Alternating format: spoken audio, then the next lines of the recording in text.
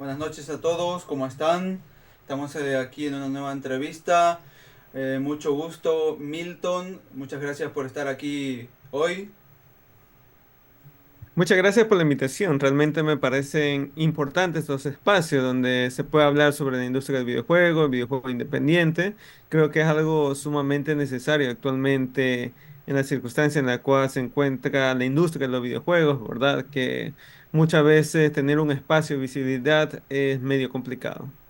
Bueno, muchas gracias por eso y muchas gracias también por la oportunidad y la buena onda. ¿Te gustaría presentarnos, perdón, te gustaría presentarte brevemente con nosotros para para que te conozcamos un poco más? Sí, bueno, mi nombre es Milton Sankan. Siempre separo mis perfiles en académico y profesional. El Claro. académico, bueno, estudié una licenciatura en diseño gráfico y producción audiovisual. Antes no había nada relacionado a videojuegos, como ya es hoy que existen carreras. Luego estudié un máster de postproducción en España. Y actualmente sigo el 25 de septiembre, tengo la sustentación de mi doctorado en artes, animación, videojuegos. Así que he escrito artículos científicos de alto impacto, ponencias en Colombia, en Francia. A nivel profesional he trabajado para varias marcas a nivel nacional que son gigantes. Soy de Ecuador. He trabajado para Coca-Cola, Marlboro, Fanta, Powerade, Chevrolet, entre otras. A nivel internacional trabajé para Polygon Farm, que es una terciarizadora en Reino Unido. También para un centro de investigación en España. También estuve trabajando para Xbox, en este caso como molando assets para los avatars de Xbox 360. También he trabajado haciendo assets para MotoGP de Xbox. Y también en este caso tengo una empresa actualmente de desarrollo de videojuegos con el cual también trabajo para empresas de afuera. Y estamos desarrollando The Last Conquerors, que es un videojuego independiente que en este año estuve en el Gamescom presentando lo que sería su gameplay y demo. Wow, increíble. Bueno, ahora vamos a conocer un poco más, ¿no? En detalle cada una de esas cuestiones que estabas mencionando. Así que, ¿qué te parece si empiezo con las preguntas? Sí. Mientras vamos viendo un poco aquí unas fotos, unos videos que también pueden ver en tus redes. Bien, comencemos con ¿cuál es la inspiración detrás de la historia de Last Conquerors? Que es el juego, ¿no? Que ahora están desarrollando. Ujú. Sí, más que todo, creo que como artista es necesario, por así decirlo, mostrar un poco de la realidad en la cual nos sumergimos, en este caso, el entorno en el cual el artista se desenvuelve. Para nosotros, la historia va de cómo, en este caso, un grupo de personas es segregada, es en este caso explotada y deciden migrar al espacio robando tecnología. Y en este caso, llegando a escapar de lo que sería un sistema que, si lo miramos muy de lejos, no suena tanto ciencia ficción.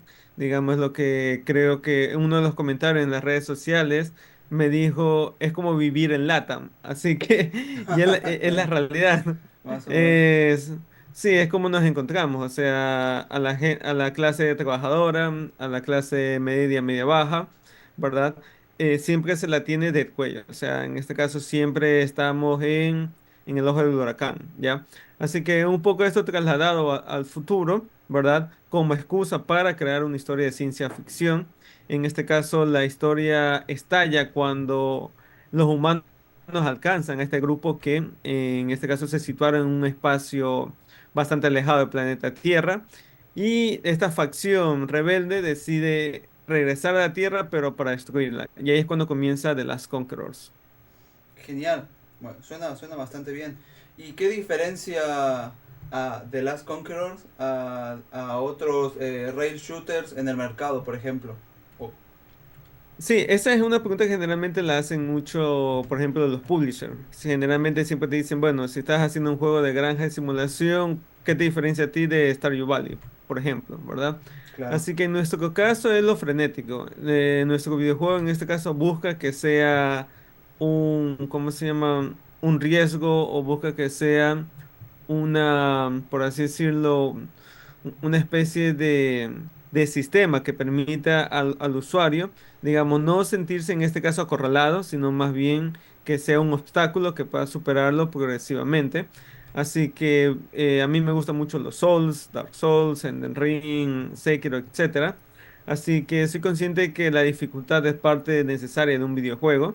Más que todo para, en este caso, tener en cuenta que en la actualidad un juego difícil no es, por así decirlo, tan bien recibido o en este caso dependiendo del apellido. O sea, obviamente, si lo hace From Software, uno ya sabe que viene con esas intenciones de ser un tanto difícil, aunque ya los videojuegos actualmente Elden Ring no es un videojuego tan difícil que digamos como los anteriores. También se habla de lo que sería en este caso, digamos que hacer que un videojuego sea accesible para todos, ¿verdad? Así que en este caso, The Last Conqueror trata de eso. Trata de hacer un videojuego que sea difícil de controlar, pero en este caso que sea bastante justo. Y más que todo frenético, que en este caso tiene mecánicas tipo Metal Deluxe, para los que ya son veteranos en esta industria. Pueden tener diferentes tipos de armas. Se utilizan también al estilo de Doom, que en Doom no es que disparas a todo lo que tú ves en pantalla, sino más bien, dependiendo de cada enemigo, hay una arma y tienes que ir armando estrategias. Y también la dirección de arte para nosotros es demasiado importante, que la pueden estar viendo en pantalla. Genial. Y algo, esto es una pregunta que le puede interesar a posibles jugadores o a muchos jugadores. ¿Cuántos niveles creen que tendrá el juego final? Sí, para nosotros estamos pensando en alrededor de 18 a 20 niveles, si es que no tenemos, por así decirlo, inyección de capital por parte de un publisher.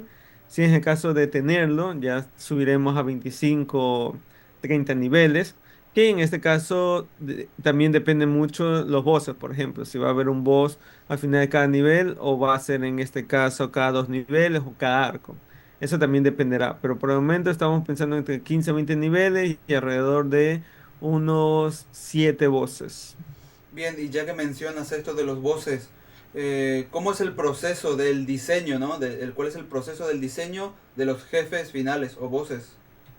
Sí, por ejemplo, a mí me gusta, me parece interesante explorar voces gigantes, o sea, que sean, digamos, máquinas gigantescas frente del espectador. Por ejemplo, creo que fue al encargado de PlayStation que le encantó la idea. Le decía que le parece fascinante en este caso los bosses que hemos realizado, que a él también le gustan, por así decirlo, jefes finales que sean gigantes. Y el proceso para diseñarlo es básicamente primero tener una planeación de las mecánicas, saber, por ejemplo, qué mecánicas va a tener primero, segundo, tercer, cuarto, quinto boss. Y a partir de esas mecánicas, de la necesidad de la programación, del diseño, etcétera, nace la idea del boss. A menos que realmente yo ya tenga en cabeza así como que quiero un boss de cuatro brazos. Ahí ya sé que de ley crearé mecánicas a base de ese diseño que para mí sería, digamos, importante, pero es un caso bastante puntual, que yo diga, bueno, quiero que un boss sea así, antes de diseñar las mecánicas.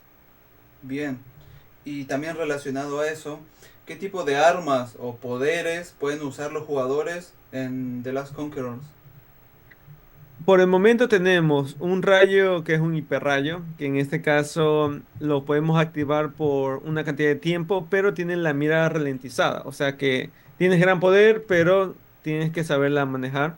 También tenemos misiles que están autodirigidos, también tenemos en este caso parry y también la ralentización del tiempo. Así que esas son las armas iniciales que estamos planeando, que ya tenemos programadas realmente. Genial. ¿Y cómo afecta la dificultad, ¿no? La dificultad del juego al desarrollo de la narrativa del juego en sí? Sí, realmente la narrativa, digamos que no está anexa a la dificultad. Sin embargo, por ejemplo, hay que utilizar la narrativa en puntos estratégicos donde el jugador no tenga que a cada momento tener que verla. Recuerdo que había un videojuego, no me acuerdo, creo que era de Nintendo, un Final Fantasy por ahí. No, que justo había un diálogo que no se podía saltar antes de pelear con el boss, así que todos los que perdían tenían que otra vez estar atento a la narrativa o diálogo, etcétera, porque no se podía saltar. Así que considero que la creación de la narrativa, la implementación de la historia debe ser en puntos en los cuales el jugador no se sienta en este caso que está siendo obligado a leerla o a escucharla. Genial. Y también relacionado con eso, ¿no? Habrá modos de juego. Ahora vamos a ver, ¿no? Igual vamos a ver aquí gameplays, Ujú. vamos a ver cómo lo probó la gente en la Gamescom. Pero antes de eso, ¿habrá modos de juego adicionales? No sé, cooperativo, competitivo, etcétera. Sí, por el momento no, porque realmente te comento que quería yo hacer algo multijugador, etcétera, y el programador de golpe me dijo, yo no programo eso, ya, porque es todo un mundo, o sea, es todo un sistema, es todo un mecanismo, y todos esos elementos van a ser complicados, así que por el momento simplemente será un videojuego lineal, digamos, sin cooperativo, sin en este caso conexión. Pero, por ejemplo, algo que sí me gustaría es como lo que se hizo con Nier Automata, que en este caso, bueno, también Drakengard, creo que también se podía sacrificar la partida de uno para que otros puedan ver el verdadero final del juego. Eso me parece interesante. No sé Sí, si al final lo logremos. Esa conexión que la gente pueda decir, o por ejemplo, también Death Stranding. Para mí es importante la conexión que pueda haber entre los jugadores y un videojuego y cómo pueden en este caso estar entrelazados. Sí me gustaría un futuro, pero también depende mucho del presupuesto, también la tecnología que tengamos, etcétera. claro, sí tiene que ver. Hay muchos factores ahí involucrados, ¿no? No es solo el querer hacerlo. Sí. Claro. ¿Y qué tipo de enemigos enfrentará, ¿no? El jugador a lo largo de este juego? Sí, esa es la parte más compleja, porque tengo que esquematizar cada enemigo, tengo que darle una cualidad y movimientos y armas, así que toca de corrido ir viendo e ir, ¿cómo se llama? E ir diseñando las cosas para que sea realmente interesante. Así que por el momento tenemos enemigos de todo tipo, enemigos que son tanques, enemigos que son súper rápidos, enemigos que son bastante inteligentes, que ya perciben un poco el movimiento de tu disparo y se van alejando, ¿verdad? A mí me gusta jugar mucho con las mecánicas, así que va a haber bastante diversidad. Buenísimo, buenísimo, buenísimo. ¿Y cómo han trabajado el diseño de sonido y la música también, ¿no? En el juego. Ah, ya, esa parte fue interesante porque obviamente mi conocimiento de sonido son básicos. Vi dos materias en la U, una o dos en el máster y se acabó, no soy músico. Pero recuerdo que cuando comenzamos el proyecto, digamos, nos escribió un sonidista canadiense que quería trabajar en el proyecto. Para mí era complicado porque, digamos, el sueldo mínimo de Canadá son como $1,500, algo más, algo menos. Y como son juegos independientes, nosotros nos autogestionamos los gastos, porque hay que tener en cuenta que tener o hacer un videojuego independiente es perder dinero cada día que pasa, ¿verdad? Claro, Así que en ese momento no, o sea, no leí muchas vueltas, en este caso a Dominic, que era quien me escribió, pero después me insistió y yo le dije, mira, o sea, le planteé. Somos estudio de videojuego independiente, no tenemos fondos, nosotros hacemos videojuego porque la realidad es que comenzamos este videojuego porque nosotros como empresa en pandemia se nos cayeron todos los proyectos. Había dos proyectos que teníamos en manos y fueron cancelados, normal, ¿verdad? Así que entre estar en la casa sin hacer nada y ponerse a hacer algo para matar el tiempo y distraernos de la realidad, miren, salió de las Conquerors, ¿verdad? Que no pensamos que tuviera éxito ni nada. Y aparte que gente de afuera nos escriba para poder trabajar en él. Así que le comenté eso y me dijo que a él no le interesaba el dinero, sino que el videojuego le parecía interesante y quiere hacer diseño de sonido. Yo en ese entonces tenía solo una connotación que era que el diseño de sonido sea un poco lofi, un poco así melancólico, ¿verdad?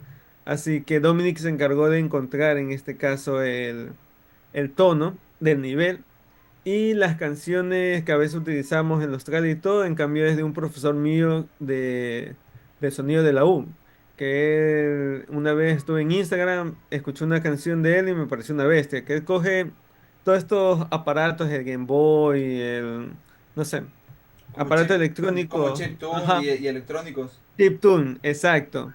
Y es una composición bestial que él hace, ¿verdad? Que tanto así que un alumno de él, en cambio, terminó haciendo ciertos elementos de la banda sonora del juego, ¿ya? Porque en este caso, digamos, obviamente, Doyle, digamos que da clase y todo esto, y como que en el tiempo libre hace su arte, pero no podría él hacer el sonido exacto para videojuegos de un nivel. A Así tiempo que, completo, digamos. exacto, exacto, no podía él. Así que él me dijo, mira, las canciones que tú te gusten, tú dímela, te las remasterizo y te las doy, ¿ya? O si quieres te la hago en loop y tú mira, ¿ya? Así que ahí comenzamos con el diseño de sonido que hizo Dominic, que fue espectacular, más los sonidos que tenía Doyle. Y también en este caso el otro sonidito que se unió, ya complementamos todo el sonido, que para mí es. Recuerdo que en una nota dijeron que era un sonido intrínseco, melancólico, algo así, que a mí me encanta. Genial, sí, eso puede afectar directamente a la experiencia del juego, ¿no? Sí, sí, bastante. Y hablando de experiencia de juegos, ¿qué aspecto del desarrollo, ¿no? Del desarrollo te ha resultado más desafiante? Ya, para mí lo más complicado es la estética, o sea, encontrar o hacer un videojuego que sea visualmente atractivo para el espectador, ¿ya?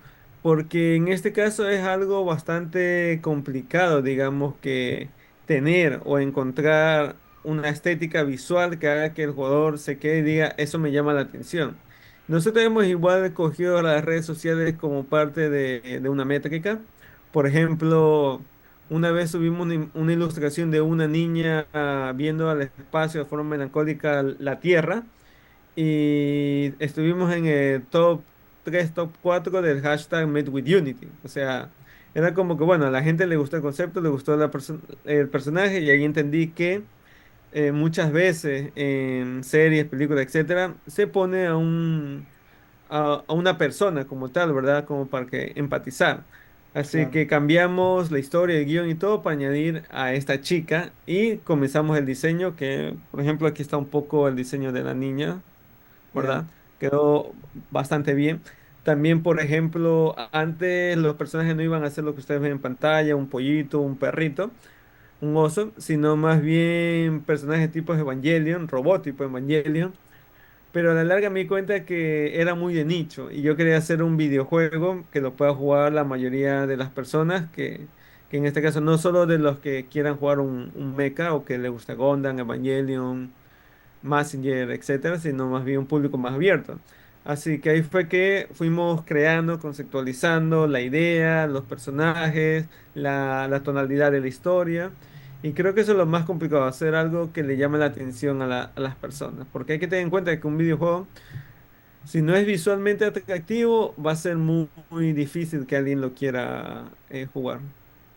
claro, digamos que la portada del libro atrae, que la primera impresión es importante, digamos, ¿no? Ujú. Sí, por ejemplo, yo hablando con gente de Epic Games, ellos me decían que a ellos les interesa el juego, el cómo se ve y les interesa, por así decirlo, qué tienes que hacer, o sea, por qué el jugador va a jugarlo, ¿verdad?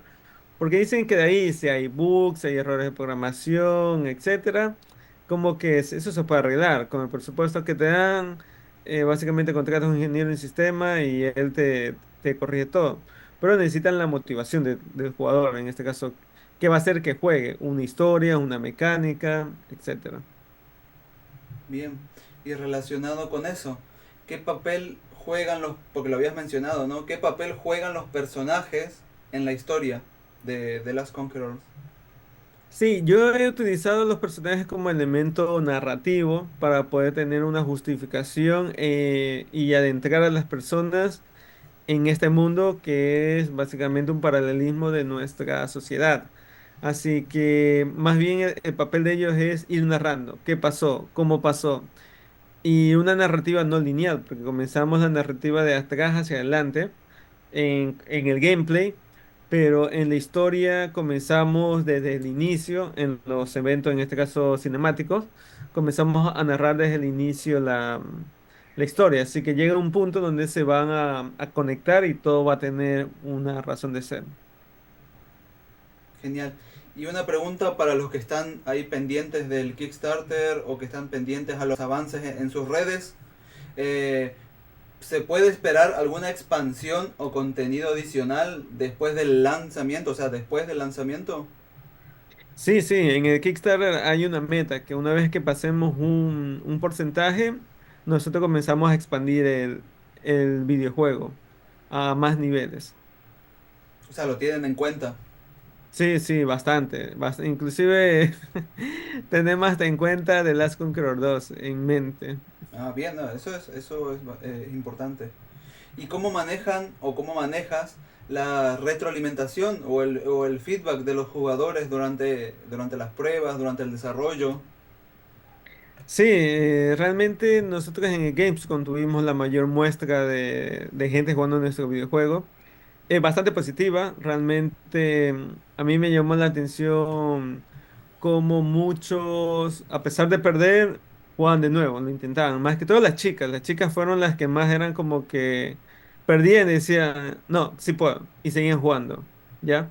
Así que eso me gustó bastante, en este caso que haya habido esa motivación de, bueno, perdí, pero sé que fue una falla mía y sé que lo puedo hacer mejor y jugar de nuevo, ¿verdad?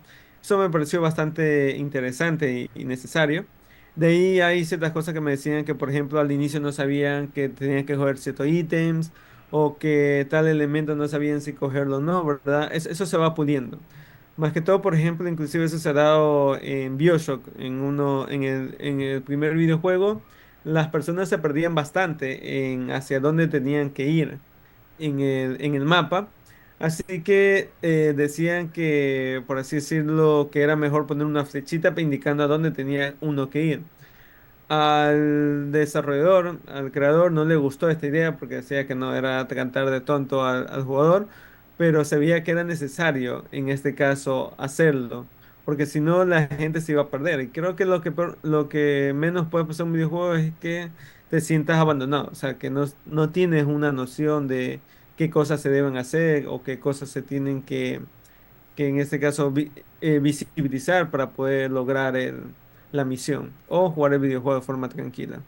Es increíble porque antes los desarrolladores tenían que esperar a que salga el juego, ¿no? Y recopilar información manual de qué pasaba, ¿no? Con los gameplays y demás. Ujú, Hoy en día ya hay inteligencias artificiales o hay algoritmos que van recopilando las experiencias, ¿no? De los jugadores, qué porcentaje aprobó, qué porcentaje se perdió, qué porcentaje intentó tal cosa y ya en ujú. tiempo real se pueden ir aplicando correcciones durante el desarrollo o antes del lanzamiento final. Los avances en ese aspecto son una locura y sirven un montón. Sí, por ejemplo, ahí ya vemos que ya depende del ego del creador, o sea, o su visión en este caso, de lo que quiere que sea el videojuego. Hay que tener en cuenta que ahí son cosas que hay que saberlo conllevar, porque como tú dices, es bastante accesible. Inclusive si tienes una comunidad, puedes poner el demo en Kickstarter, que la gente te comente, que te diga qué les pareció, etcétera. Sí. Y te hago una pregunta un poco más profunda, ¿no? Respecto al juego. ¿Cómo influyó la participación en la Gamescom de 2024 en el desarrollo o promoción del juego? Ujú. Bueno, realmente, te soy sincero, cuando llegué al evento, digamos, iba con una visión normal, ni muy optimista, ni muy pesimista del juego. Sin embargo, al estar allá, al tener las reuniones, nosotros tuvimos reuniones con Xbox, PlayStation, Epic Games, Unity, inclusive los Unity fueron al stand a tomarse la molestia de jugar el demo, porque generalmente en estos eventos, ¿qué te dicen? Que la reunión son 20 minutos y entre gol y chao se te fue el tiempo. Y que nunca terminan, o sea, o nunca juegan tu videojuego. Sin embargo, los de Unity estuvieron tan impresionados que me comentaron, ¿dónde podemos jugar tu videojuego? Y digo, sí, está en el boot de Ecuador. Y entre ellos se quedaban mirando y como que, ¿tenemos tiempo? Sí, ¿hay alguna reunión? No, entonces vamos. Y me dicen, ¿podemos ir ahora? Y yo, sí, venga. Y fueron al stand de Ecuador, probaron el juego. Y digamos que fue una experiencia bastante buena el que se haya logrado, porque para ellos era impresionante que, por ejemplo, nosotros utilizamos el motor de Unity 2018, creo, para la versión que teníamos en Gamescom.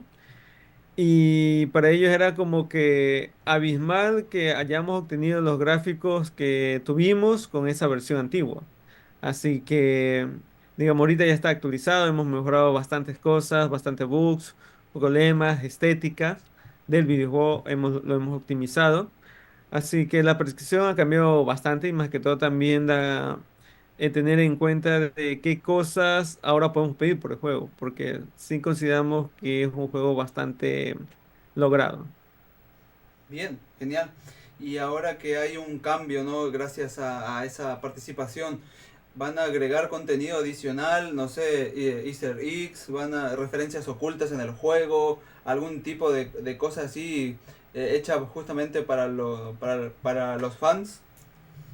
Sí, yo tengo miedo hasta de la demanda, porque tengo referencia a, a todas cosas que se me ha cruzado por la cabeza. Nombres de personajes famosos, elementos de la cultura pop. En este caso tengo un boss que parece Mickey Mouse. O sea, hay millón parodias, siempre y cuando se mantenga en la parodia no hay problemas legales. Pero...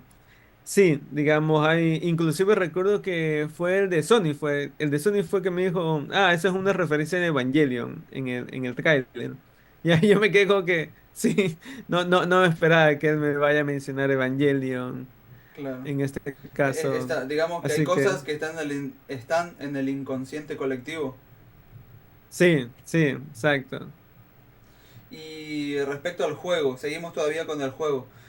¿Cómo has asegurado la rejugabilidad en el juego? Sí, más que todo pienso que una vez que se termine el juego exista el modo desarrollador. Que el modo desarrollador es mi visión del juego. O sea, realmente, bueno, hay que tener en cuenta que el juego debe ser accesible para todos, pero también la visión del creador considero que es importante, cómo nosotros visualizamos el videojuego. Así que ahí sí va a ser la versión real de lo que a mí me gustaría que sea el juego. Así que el que le interese realmente decir, bueno, ahora sí, quiero ver cuál es el modo difícil, lo va a tener difícil, pero no solo un difícil de que superficial, de que le tengo que dar más disparos al enemigo y ya está. O que tengo que en este caso tener menos municiones para tener menos disparos. Sí, sí, cacha que generalmente es lo que hacen los juegos, que dicen modo difícil, pero te quita recursos en vez de realmente ser un modo complicado. Así que eso estamos pensando para la rejugabilidad. Bueno, ya me hiciste un adelanto hace un rato, ¿no? Hablando de la continuación de Last Conqueror 2, pero aún así te quiero preguntarte, ¿qué planes tienes para el futuro, ¿no? Para The Last Conqueror después de su lanzamiento. Sí, realmente estamos explorando formas. La historia ya la tenemos en mente cuál será. En cambio, más bien estamos indagando las mecánicas en modo de juego que queremos ahora hacer, porque hay que tener en cuenta que el videojuego es simplemente una forma en la cual nosotros pasamos el tiempo libre que tenemos para crear, en este caso, un videojuego. Y para nosotros tiene que ser interesante. Si el videojuego no es interesante para nosotros, realmente no desarrollamos. En algún momento me preguntaron qué pasa si el videojuego es un fracaso. Realmente para mí no existe fracaso, porque en el momento que terminemos el videojuego vamos a saber qué se necesita para hacer un videojuego. O sea, tenemos los conocimientos, la experiencia, hemos ido a eventos, hemos salido en televisión, hemos sido, por así decirlo, invitados a muchas exposiciones, a eventos, a entrevistas, etcétera. Así que realmente es parte de aprender algo, más que todo porque soy académico. Yo también soy profesor a nivel universitario. Así que es necesario, o sea, decirle a mi estudiante, bueno, no solo tengo una empresa que hace advert games, juegos para marcas, sino que también hemos tenido tal alcance, hemos hecho tal cosa. Así que creo que el siguiente, esto será exclusiva, el siguiente videojuego posiblemente sea un Metroidvania en 3D, Wow. frenético. Bueno, te agradezco la exclusiva y bueno, voy a estar atento entonces para a ver cuándo comience a salir algo del proyecto. Uf, el otro año, o el siguiente, es que terminemos el de acá. Bueno, pero el tiempo pasa rápido.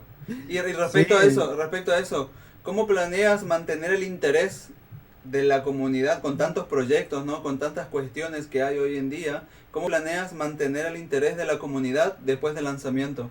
El lanzamiento del juego. Sí, sí, te comento que eso es complicado porque, o sea, compites contra gigantes, Epic Games, Valorant, videojuegos free to play, etcétera. Pero para mí va a ser una cuestión más de nicho. O sea, digamos, quienes realmente les guste el videojuego van a estar pendientes de nuestro siguiente videojuego. Así que consigo que sea más algo orgánico. Nosotros en redes publicamos todo lo que hacemos en el estudio. También tratamos de crear contenido de valor para aquel que quiera realmente hacer videojuegos, en este caso, pertenecer a este universo, ¿verdad? Tenga opciones, tenga contenido. Yo hubiese buscado, por ejemplo, videojuegos independientes, cosas por el estilo, y he visto creadores que, qué sé yo, que su último video fue hace 3 4 años. Y yo me he quedado como que, pero el contenido estaba genial, porque hacen entrevistas sobre desarrolladores o son desarrolladores que hablan de su videojuego, pero de pronto desaparecen. Sí, que considero que es necesario que exista este contenido para aquel que quiera desarrollar un videojuego tenga a la mano conocimiento. Bien. ¿Y qué sientes, ya hablando un poco de la comunidad, ¿no? ¿Qué sientes al ver la creciente comunidad de seguidores y su apoyo a The Last Conquerors? Ah, bastante bien. Realmente me ha parecido interesante la aceptación que ha habido por el público. Tenemos alrededor de 50.000 seguidores más o menos entre todas nuestras redes. Bien. Así que ha sido bastante bueno en este caso saber que lo que hacemos le ha llamado la atención a un grupo de personas. Más que todo también a veces los mensajes de ánimos o los likes, que no son algo que delimitan nuestra felicidad, pero sí es un, por así decirlo, sería una señal de que hacemos algo que está siendo relevante. Genial. Me gustaría preguntarte algo por ahí, algo interesante, no sé si, ¿qué te parece? Te Sí, hago dale. una pregunta sencilla, es una pregunta sencilla. A esto a nivel opinión personal, ¿no? ¿Hay alguna pregunta importante que crees que se le escapa a los entrevistadores? Por ejemplo, en entrevistas que hayas visto. Es decir, no sé, cosas fundamentales que no se están preguntando. Que tú ves una entrevista y dices, uy, le hubiera preguntado tal cosa, o me gustaría saber tal cosa, o por qué no le preguntó tal cosa. Mm, para mí, por ejemplo, mira. Esta a mí me da risa porque a veces, o sea, como soy docente, a veces llevo a profesionales, amigos míos relevantes, a dar una charla y los estudiantes como que no preguntan nada, es como que está ahí alguien importante y es como que ya me puedo ir a la casa, es como que no entiendo y se lo digo en clase, le digo, miren, traten de preguntar cosas que para ustedes sean importante a alguien que ha logrado algo, que tiene un cierto estatus o que en este caso tiene cierta experiencia. Porque a la larga la experiencia simplemente es, en este caso, lo que uno vive, ¿verdad? Y nosotros podemos absorber esa experiencia no necesariamente pasando por el calvario. O sea, si alguien se quemó con el fuego y te dice, oye, me quemé con eso, mira, no vas a meter la mano, pues ya te ahorraste la quemadura. Claro, eh, no necesito tirarme de un puente para imaginarme qué pasa, digamos. Exacto, o sea, y les pongo ese ejemplo para que cojan conciencia y cuando lleve a alguien, por lo menos le hagan preguntas. Yo creo que es importante, por ejemplo, una pregunta que considero que es importante que hay que hacerle así a alguien es, o sea, ¿cómo mantiene su motivación? O cómo en este caso, porque hay que tener en cuenta que, por ejemplo, un videojuego es un proyecto de años. No es algo de que hoy me leva, o sea, un Advert Games, nuestra empresa lo hace en 3 semanas, un mes. Y es Claro, algo que tú dices, bueno, lo comienzo esta semana, lo producimos la siguiente semana, lo testeamos la siguiente semana, se acabó el mes, tenemos el dinero y chao. En cambio, un videojuego es una cuestión de que todo sale mal, todo puede salir mal, que justo estabas haciendo un The Last Conqueror y te sale una nueva versión de Star Fox y ahora compite con Star Fox, ¿verdad? O que tus mecánicas ya quedaron obsoletas en el tiempo porque ya es más de 5 años desarrollando, ¿verdad? O sea, son muchos parámetros, así que considero eso, que cómo mantener en este caso una motivación, cómo mantener un trabajo constante. Ok, ¿cómo preguntarle a diferentes desarrolladores, personas, cómo se mantienen constantes y cómo enfrentan los desafíos de su área, ¿no? Exacto. Ujú. Genial. Bien, me estaba comentando esto de esas preguntas importantes o fundamentales que no por ahí no se le suele hacer a desarrolladores, a personas importantes de la industria, del rubro, o simplemente, no sé, tal vez un profesor o alguien con la suficiente experiencia que podría ayudar bastante a los demás, pero por ahí no se le preguntan cosas que deberían preguntársele.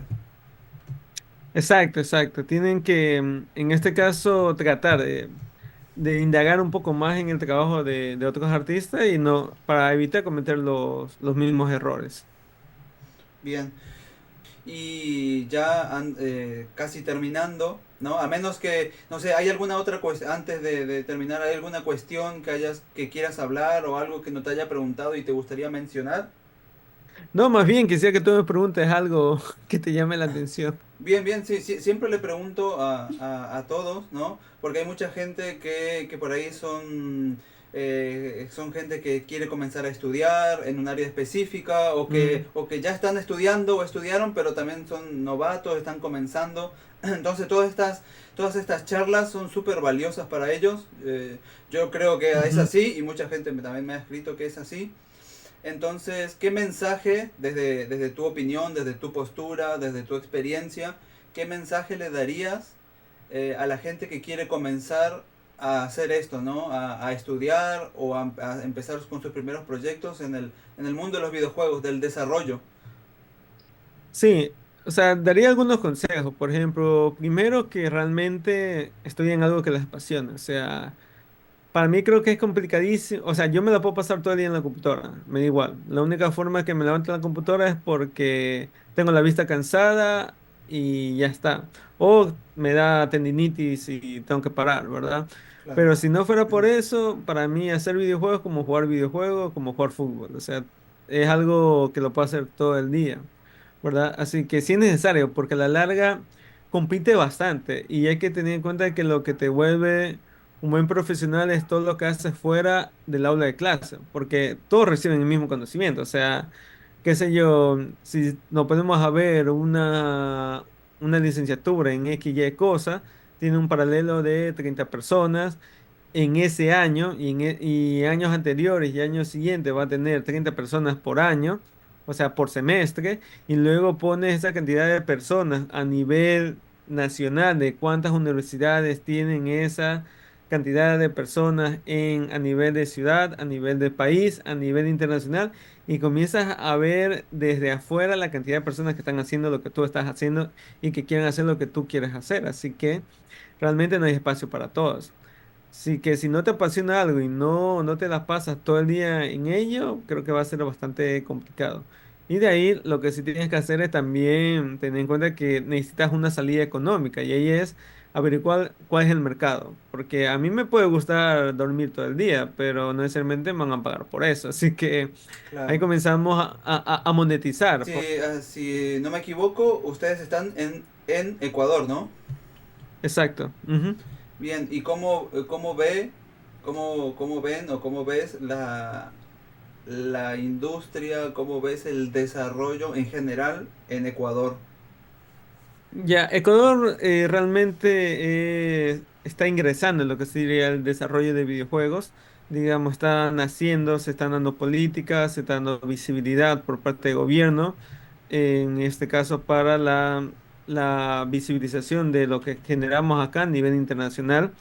Bien, Digamos, hay pocas empresas que realmente son dedicadas al sector de videojuegos, pero somos bastante optimistas. bien. y a nivel Latinoamérica, porque supongo que deben tener, ¿no? Gamers que han probado su juego, colaborado con otros desarrolladores o artistas, o simplemente es por ahí charlado, ¿no? Con otros desarrolladores de otros países. Yo, por ejemplo, soy de Argentina. ¿Cómo lo ves a nivel LATAM? ¿Cómo ves la industria? ¿Cómo ves el mercado? ¿Cómo ves el asunto, el panorama en LATAM? Bueno, en LATAM lo veo, o sea, realmente hay bastante talento. En el Gamescom hubieron bastantes desarrolladores de videojuegos, tanto argentinos, colombianos, etcétera. Así que realmente hay bastante talento. También hay que tener en cuenta que el dinero que te gastas en un videojuego hecho en Latinoamérica no es el mismo en Estados Unidos o en Europa. Así que eso nos da bastantes posibilidades a nosotros para poder, en este caso, visibilizar el talento. Y hay muchos videojuegos que ya se han hecho acá en Latinoamérica y que ha tenido mucho éxito. Bien, entonces en la Gamescom se cruzaron con diferentes desarrolladores de otros países, ¿no? Otros estudios Ujú. indies. ¿Y hubo alguna anécdota, no sé, así interesante, random, etcétera, que te gustaría mencionar sobre la Gamescom? Sí, hay una random, que es que yo no sabía que existían fiestas exclusivas para la gente que va al Gamescom. O sea, es que como muchos llevan mucho tiempo a estos eventos, cuando ya hay un, ¿cómo se llama? Cuando ya saben que todo el mundo va a ir a un Gamescom, etcétera, hay alguien que organiza una fiesta tipo networking para que en este caso charlar entre proyectos, cosas por el estilo. Y recuerdo que en el avión de Panamá a Brasil me encontré con un abogado que en este caso me preguntó, porque yo estaba subiendo un video sobre que estaba camino a Games y todo eso, si yo era influencer y todo esto. Claro. Yo me quedé como que, o sea, me quedé así como que un poco impresionado porque era como que bastante serio preguntarme. Y digo, no soy influencer, digo, realmente muestro mi trabajo en redes sociales, yo soy desarrollador de videojuegos. Y él me dice, vas a la Gamescom. Y yo, sí. Y ahí ya se presentó que él es abogado para videojuegos, especializado en videojuegos, ¿verdad? Y que en este caso, digamos que también iba al Gamescom. Así que teníamos, o sea, tuvimos ahí bastante tiempo para charlar y él me invitó a una fiesta. Y cuando ya me encontré con los otros que fueron de Ecuador, lo primero que me contaron es, Milton, ya te invitaron a una fiesta. Y yo, sí. Me dice, ¿y cómo se hace? ¿Y cómo se hace para que te inviten a una fiesta? Porque alguien más también de Ecuador lo habían invitado, pero Ajá. son exclusivos, o sea, no es que tú dices, ya, yo llevo un amigo, sino es que te dan un código y todo, tienes que No, coger, no, meter el claro, código. no te puedes autoinvitar o invitar a otros. Exacto, es como los magios en Los Simpsons, así.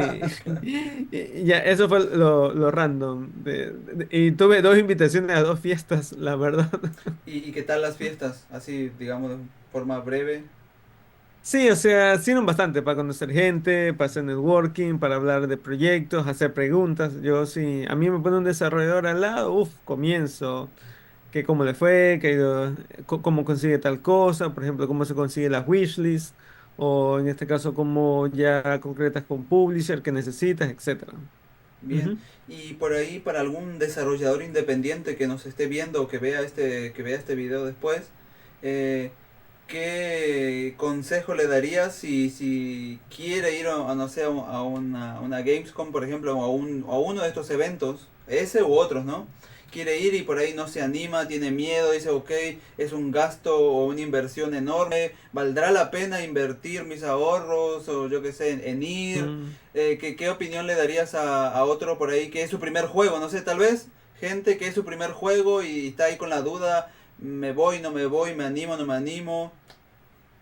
Sí, como tú dices, para nosotros sería un capital a invertir, o sea, irte a otro país, el hotel, la estadía, la comida, etcétera, ¿verdad? La entrada, que la entrada para Gamescom tampoco era económica.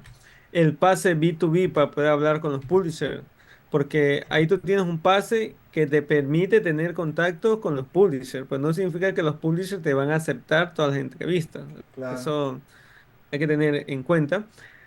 Así que yo considero que hay que ir con los deberes hechos. Con eso me lo dijo Cristian Andrade, que fue evangelista en Unreal. dice que uno tiene que ir con lo deberes hecho, con un videojuego pulido, con las mecánicas claras, con este caso ya un calendario de actividades, con lo que sería, digamos, lo que tú necesitas como estudio, ¿verdad?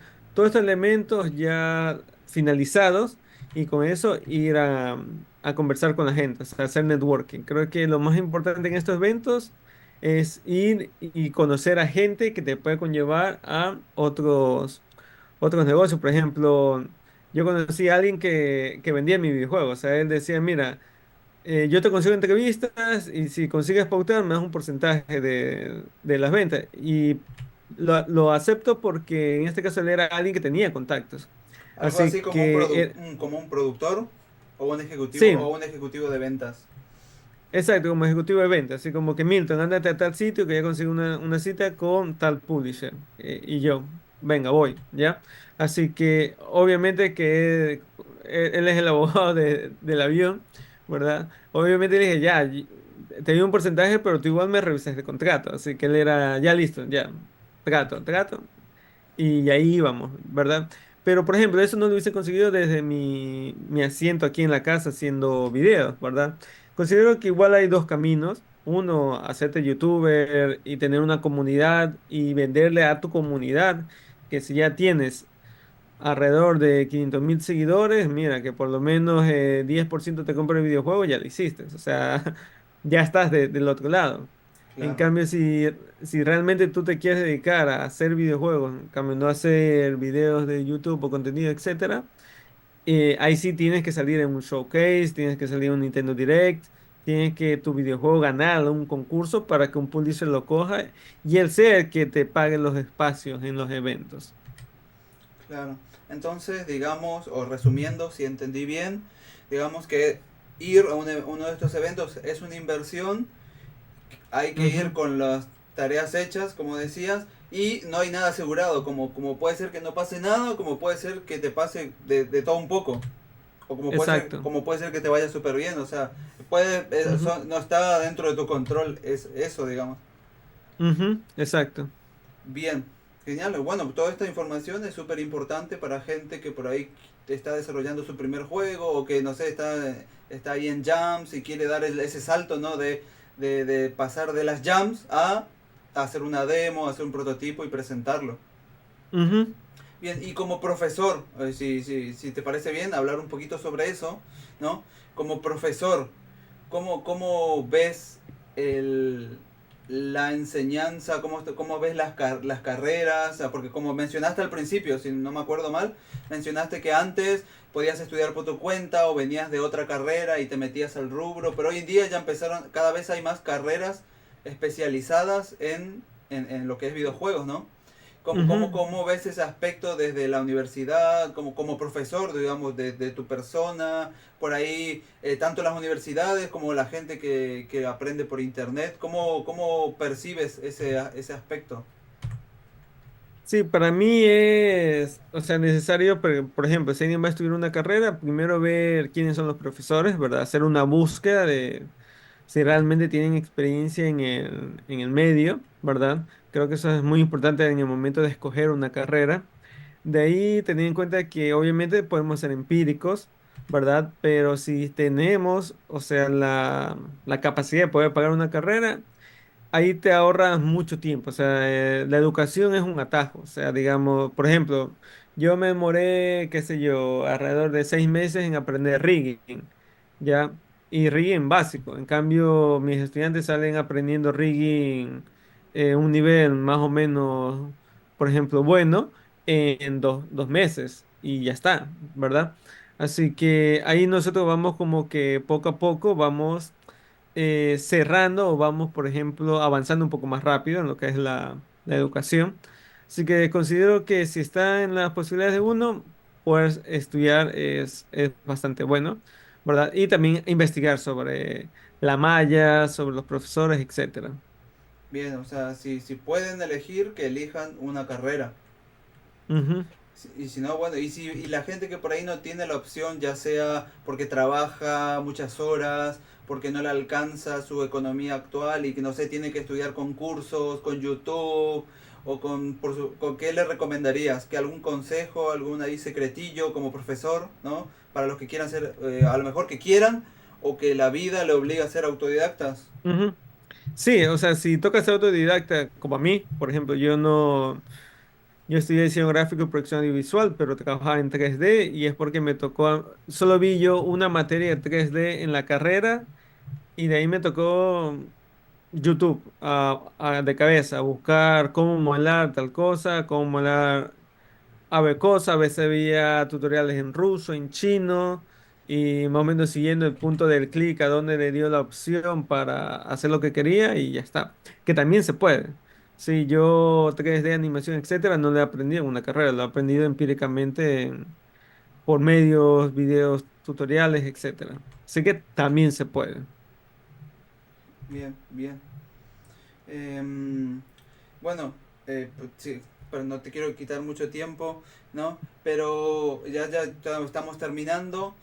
Y si algún otro, no sé, algún otro desarrollador, artista, ve este video, le interesa tu proyecto, ¿no? Le interesa The Last Conquerors, le interesa el proyecto, le interesa el juego y le gustaría, no sé, colaborar, ser voluntario en el proyecto o ver la forma en que pueden trabajar, ¿qué le dirías? Si hay alguno interesado, ¿están abiertos a recibir gente? ¿No están abiertos?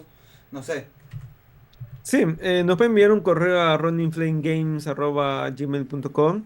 Es el correo que tenemos nosotros con el asunto de práctica, colaboración, etcétera. Y si les aconsejo que envíen alguna pieza de su trabajo, porque a veces nos envían correos que quieren trabajar con nosotros, quieren colaborar, pero no envían su portafolio, lo que han hecho, lo que pueden hacer. Así que ahí nos pueden añadir, y eso es como tip. Si quieren trabajar en algún sitio, en una empresa, hay que tener un portafolio. Bien, bueno, bueno, genial. Si algún desarrollador, artista o demás que suelo entrevistar o estoy empezando de nuevamente a entrevistar, les interesa el proyecto, les interesa a ustedes como equipo, pues que se contacten y ahí ustedes ven cómo lo manejan. Ujú. Y ya terminando, vi también porque revisé un poco ahí sus redes y demás, vi también que suben contenido a YouTube, que no sé si quieres mencionar un poco por ahí, si quieres o no, brevemente. Me interesan mucho estos videos donde comparten experiencias sobre el tema de cómo hacer tal cosa, cómo lograr tal objetivo. Me parece bastante bueno el contenido. ¿Quisieras saber un poquito sobre esto? Ujú. Sí, en YouTube estamos poniendo material de largometraje, 10 minutos. Porque aunque TikTok es la cuenta en la cual tenemos más seguidores, hay mucho contenido que en TikTok se pierde, se nubla. En Claro. cambio, en YouTube tratamos de tener, por ejemplo, qué software se utilizan a nivel de industria, nuestra experiencia en un evento, las cosas que hay que tener en cuenta cuando desarrollan un videojuego, ¿verdad? Cosas que considero que son importantes, que no son clases 100% porque creo que ya cómo manejar o programar cosas de videojuegos hay bastante, ¿verdad?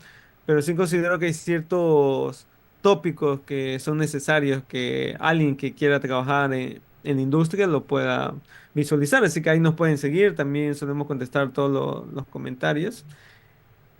Buenísimo, sí, ahí no te preocupes, yo voy a compartir todas sus redes y demás ahí en la descripción del video. Así que bueno, ya terminando, la verdad lastimosamente se está terminando la entrevista, me hubiera gustado preguntar más cosas, pero bueno, a veces el tiempo no alcanza, quizás más adelante vemos. Ujú. ¿Hay alguna por ahí cuestión más que te venga a la mente, que quieras comentar, que quieras compartir o alguna por ahí cosilla que quieras preguntarme a mí? Si no, ya estaríamos cerrando la entrevista. Sí, nada, muchas gracias por el espacio, por esta entrevista. Considero que ya le voy a dar una vuelta a tu canal, porque siempre ando buscando podcasts o cosas por el estilo para ir escuchando mientras que trabajo. Así que olvídate que ahí voy a estar dándote bastante horas de contenido, porque vi que tiene bastantes videos. Eso, y que también nos pueden añadir al wishlist de las Conquerors si les gustan compartir nuestro contenido, porque a la larga también es una métrica que nos interesa ir subiendo. ¿Tienen tienen algún servidor de Discord para tener ahí una interacción más personal con los fans, con los que siguen el contenido? o los que quieren colaborar.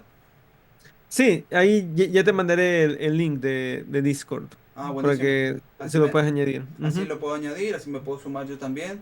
Así que buenísimo. ujú. La verdad, ya estamos cerrando. Te agradezco muchísimo por la oportunidad, por la confianza, ¿no? Por permitirme entrevistarte. La verdad la pasé muy bien. Espero que tú también la hayas pasado bien. Y te agradezco muchísimo por la buena onda. Y genial, me encanta, la verdad me encanta el juego, me encanta el trabajo que están haciendo. Y espero que les vaya muy bien. Y espero también que bueno, enterarme pronto de las novedades y que salga lo más pronto el juego y poder probarlo también. Espero ser uno de los primeros, espero poder ser uno de los primeros en probarlo. No, sí, ya el 15 del otro mes tenemos el demo, así que ahí te lo enviamos para que lo Bu- puedas chequear buen- antes, porque vamos a tener unas key, digamos, con rastreo, porque bien, tenemos que enviarle a la gente de PlayStation, de Xbox y de Unity también el digamos, demo. podría probar la demo y hacer una review ahí para el canal. Sí, sí, sí, ah, de ley, así que no te preocupes, que ahí te mando yo el link. Bueno, genial, genial. Bueno, te agradezco muchísimo. Les deseo lo mejor y estamos en contacto. Así que sería hasta un próximo video, una próxima entrevista o quizás en algún momento nos crucemos ahí en algún evento o algo. Así que hay que seguir en contacto. Sí, listo, muchas gracias, hasta luego. Muchas gracias a todos por llegar hasta el final de este video y nos veremos en otro video, entrevista o lugar. Un abrazo a todos y un abrazo a ti, Milton. Igualmente, chao, chao.